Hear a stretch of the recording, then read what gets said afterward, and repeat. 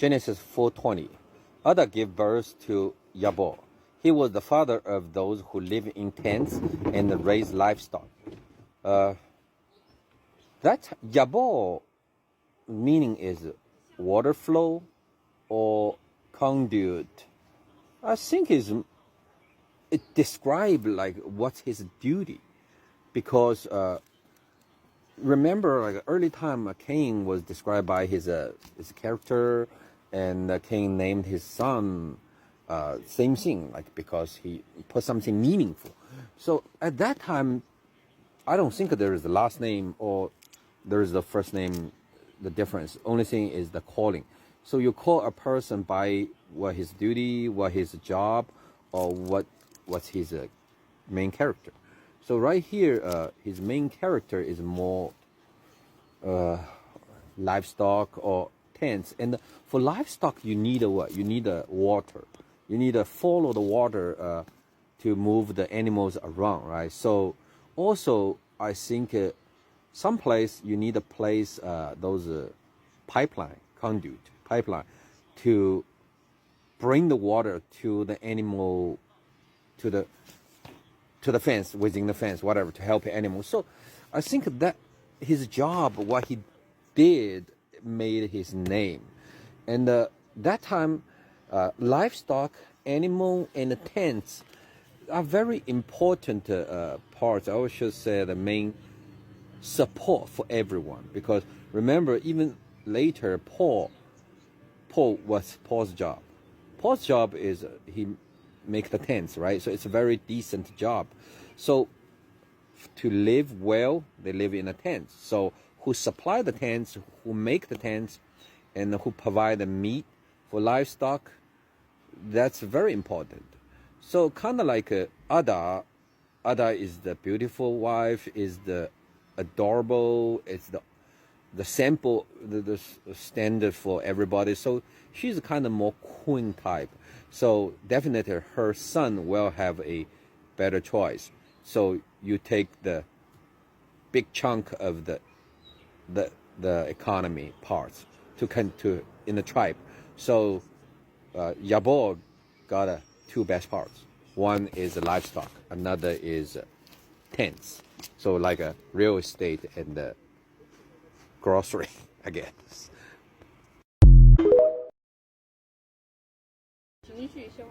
Genesis 4:21. His brother name was Yubal.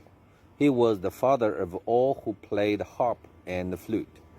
So 21, it showed, I forgot to mention about 21 showed selfishness and survival are our human nature.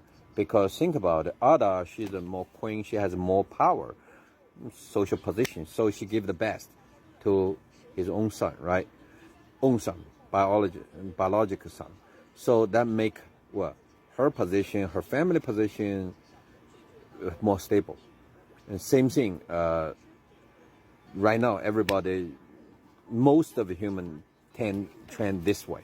So there is nothing wrong. It's our human nature. Same like God. God at the beginning, he tried to give the best, give a warning. Even he risked himself in a consequential result to bring the death, bring the concept of death, and to warn Adam, don't touch the fruit. So I think it's just our nature. Even like any creature nature, even in high civilization, there is nothing wrong to be selfish.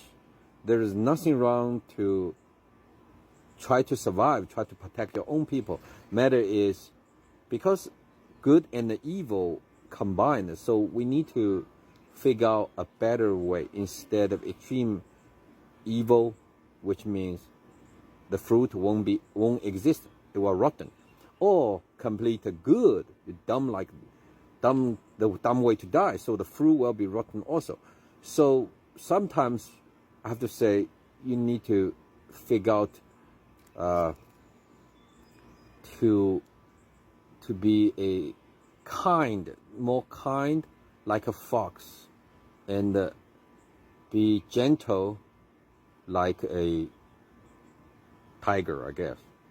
Gentle like a tiger, kind of like a fox. That's my metaphor. Okay, let's talk about Jubal, because Jubal, I think at this point he can't be a prince anymore. So I think he just gave up. So he will be what? Play the flute, to play the harp, or those things to make mother happy, make everybody happy. And he has nothing to do. And the whole community is kind of rich, nobody worry about anything. So he has enough time to play the harper. Also, right here, Yabal and Jubal both are the father of who lived in a tent doing livestock, which means they have a lot of kids. They have their own tribe to conduct these kind of jobs. So that time, I believe Sumerian culture is a diverse, really in a good diversified and a structured way. And for harper and for flute, it really takes time to get the things right, because you can't just get the bamboo, you just start to like blow the song. You need to figure out how to make each like notes, right? Same thing in the harper. You need a proper string. You need either sheep's intestine, dry intestine, or something. And Yubal, his meaning is a ram's horn, stream, ram's horn. So think about it. He's boring. He's nothing to do, right? He helped his brother doing the livestock, and ram usually, right now we have a sheep. We have a lamb. But that time you just get a wild sheep to be more livestock. So those giant, bad temper ram, they were fighting each other. So when they're fighting each other, the horn will falling apart, will drop, right? Will break. So this time he's so boring. He has nothing to do, and the life is easy. So he start to find a horn and maybe drill a hole, start to blowing, whatever. So that's the life.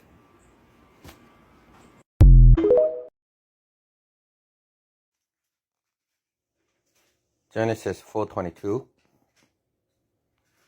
Zara also had a son, Tubal-Cain, who forged all kinds of tools out of the bronze and the iron.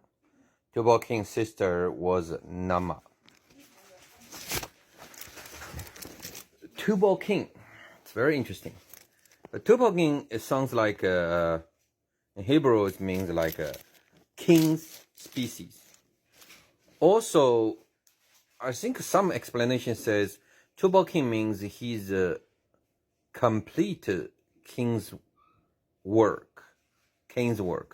So I highly believe King, firstly, King that time, even after so many years, hundreds of years, he still is a legend in the tribe, in the city.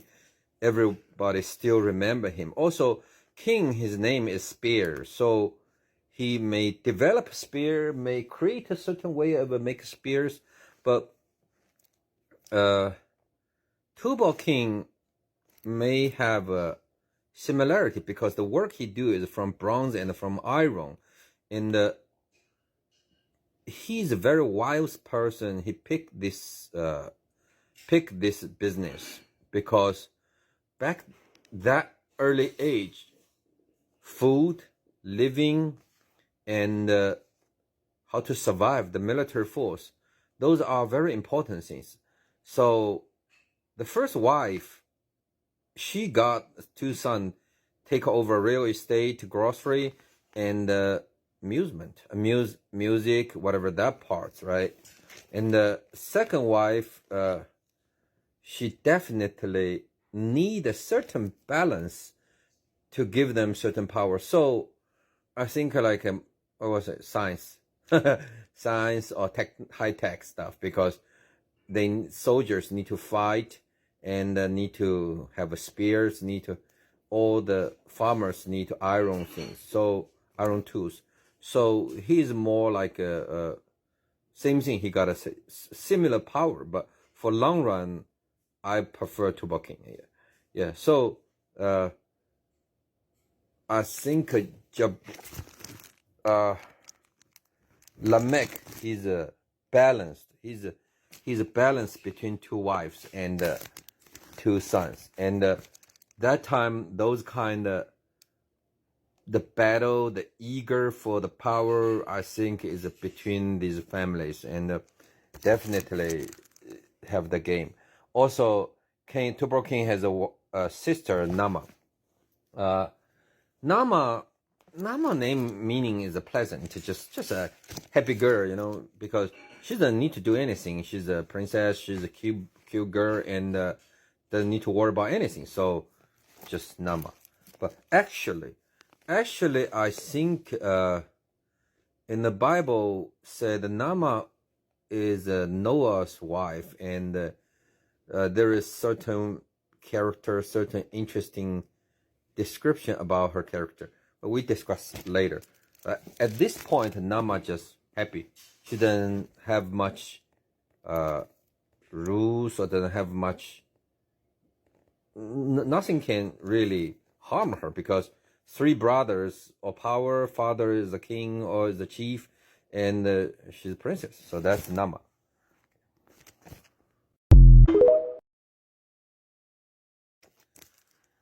Genesis 4:23. Lamech said to his wives, Ada and Zillah, listen to me. Wives of Lamech, hear my words. I have killed a man for wandering me, a young man for injuring me. Wow. That's sounds really, I should say, domineering. The word domineering. Kind of like if make it in the court is, I'm not confessing it, okay? That's not my confession, okay? And it sounds like a yakuza or gangster boss said, hey, you hurt me, I kill you. You curse me, I kill you all. That's kind of things. Anyway, he say to his wives, and firstly he point the name, so draw the attention. Hey, I want both of you listen to me, right? So I'm not saying it's very serious. I want both of you listen to me. Also, when he mentioned about wives of Lamech, which means you need to remember your identity, your position, and in future, what I said may benefit you or your family, your descendants. So he used his own name. So that's kind of like psychologically, a lot of people, they use their own name. They say, they use John say, Lamech say. So they try to give themselves more confidence and give themselves the statements more sincerity. So that's the way he tried to tell his boss wife, someone hurt me, wounding me, right? I killed. It's not like a forgiveness. No, I'm not forgiving. You hurt me, I'm not hurting you, I'm killing you. And even he said, a young man who injured me. The Asian tribe has some kind of tradition. If they usually okay, try to protect young animal, for the tribe to populate, try to give a little bit of kind of favor to the young animals. But you know what? In here, a young man, even it is young, but still considered a man. As long as you pass the age to be a young man, you try to against my will or you injure me, you will be die. And that's a strong kind of like a alpha pack rules. And that's totally kind of I think Confucius, he talked about the same thing. If you treat me good, I treat you good. But if you treat me bad, I return bad. It's not like after 100 years, those empires, they twist Confucius talk. They twist a lot of like Asian sage they are talking. They made it just their own ways, and they twist the truth. So I think God, or under God instruction, Jewish people, they are not soft or forgiveness people. They are tough, badass. Okay, that's what I feel. They are badass. Yeah, I was wondering why Lamech, his teaching to his wife, I kill men who hurt me, I kill young men, even young men, whatever, it was recorded because it's out of the blue. From like they recorded Cain, what he said. Then after that, I didn't see any of it, right? None of it. So it's interesting. After a couple hundred years, suddenly he talks makes kind of stand out.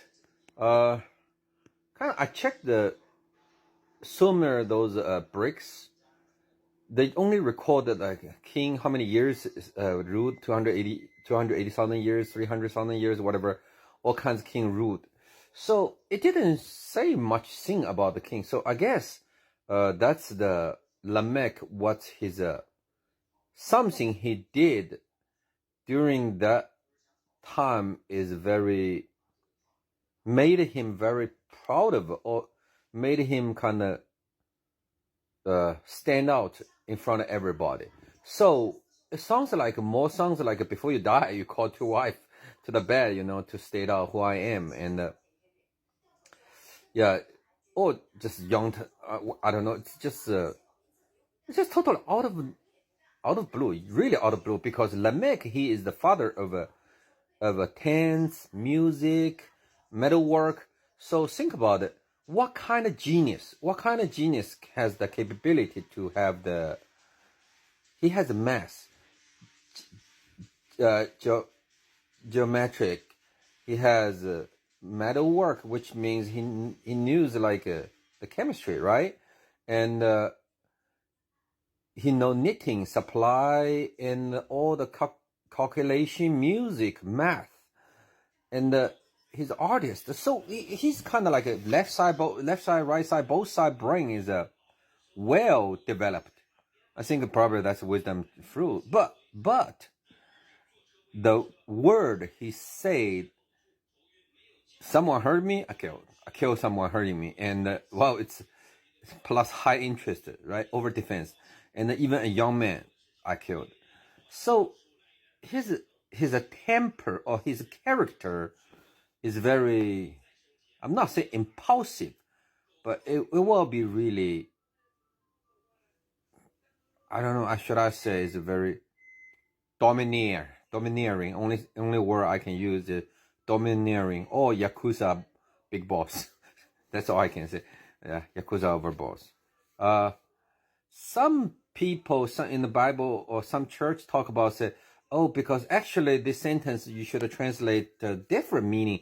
Like I hurt someone actually hurt me, and the young man to hurting the young man, I feel like making me weak or whatever. I highly doubt it. That's they don't understand the cruelty and the survival situation, and then they just try to make it a beautilize or soften all the things, make it not violent, full of love. It's full of BS. I totally hate this kind of teaching, because you need to put it back into the Bible, into the real time, into the real situation, instead of from squeeze some kind of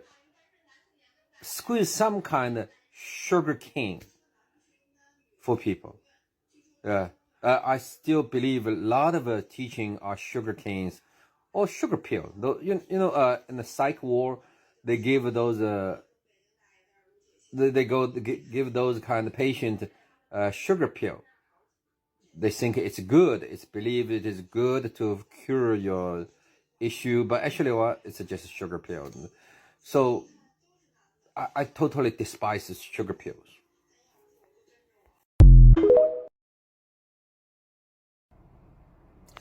I checked the Sumer society. It is a very, should I say, organized, and it is a lawful community. So when Lamech start to bragging, I would say bragging, because, well, someone hurt me, I killed it. Some young man injured me, I killed it. So it sounds like bragging, and even, I would say, that situation was recorded in the Bible, and feels like before he died, he talked to his wife. And remember, that's what I did. Those are very important things. So I kind of suspect that the ways he killed those people are brutal and very viciously. That made him kind of be proud of himself, and everybody can remember. So that's Lamech and the Lamech's family, what they did. That's just my thought. But the question is, why God or heavens allow such things? Because Sumer is they under instruction by the heavens, and they are high priests. They have all the temples for heaven. So why a highly civilized and a lawful community allow such things to happen? And so I have to question. From my suspicion is, I feel, okay, because he's like what should I say? He's protected. Oh, he's right on the track. God wanted him, or God loved to see, because the next sentence talk about the 7 times. Cain received 7 times curse. Someone hurt me, received 77 times curse. So he even sense, or he experienced much more important protection,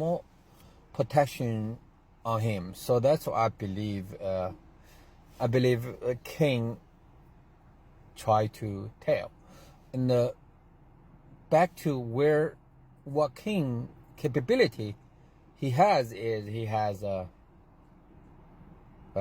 real estate, right? He has grocery, right? He has music, right? And the horn, basically his son, one son is blow the horn, so ram the horn, and another is he's doing the engineer, bronze and metal. So let's think right now what we have. We have real estate, and we have those things to maintain the social balance, or to stimulate the market, all the things. And we have grocery, we have food, we have supply, so to make the society, the community stabilize, right? And we have Dupont, those kind. We have steel work, we have petroleum, we have high tech. Actually, you can see all those are variation of the bronze and the iron works, right? And also we have broadcasting, we have media, we have those media to make everybody happy and release the social stress. So he is the turning point. Lamech, he is the very important person for wisdom fruit start to develop. I would say he has value. He has much more value in God's eyes. So he's protected. So from this point, I would say, don't believe or don't expecting something called justice or something called fair, because you can think it high universe, it does, but you know what, only when you reach certain level, only high universe, high civilization, for most of the people, if you have value, then be prepared. You can bargain more. If you don't have value, or you just don't expecting much more, because it will hurt you, because it just, you dream about it, then it hurt you more. So that's what I learned from this sentence. It sucks, but that's the word. That's actually, I believe, even the civilization, even the high civilization developed to a certain level, they still are very looking for the value. So that brings me another thought about internal life, because if the hierarchy is like this, if the the heavens still follow this structure, then what the heck is the point to have internal life? Most of us will be the food chain, bottom of the food chain again, and even longer, and you still have to follow those kind of structures, suffer everything again and again. What, you gonna believe there is another heavens beyond the heavens? So I just ask this question again to myself and to everybody. You have to think about it. What's the point to have an internal life? What's the point to live forever? What's the usage to live forever? Because at this point, if our life decided by the value instead of our own free will, what's the point? There is no point, because we are the guinea pigs, we are the lab rats. That sentence really make me feel bad. Yeah, I do.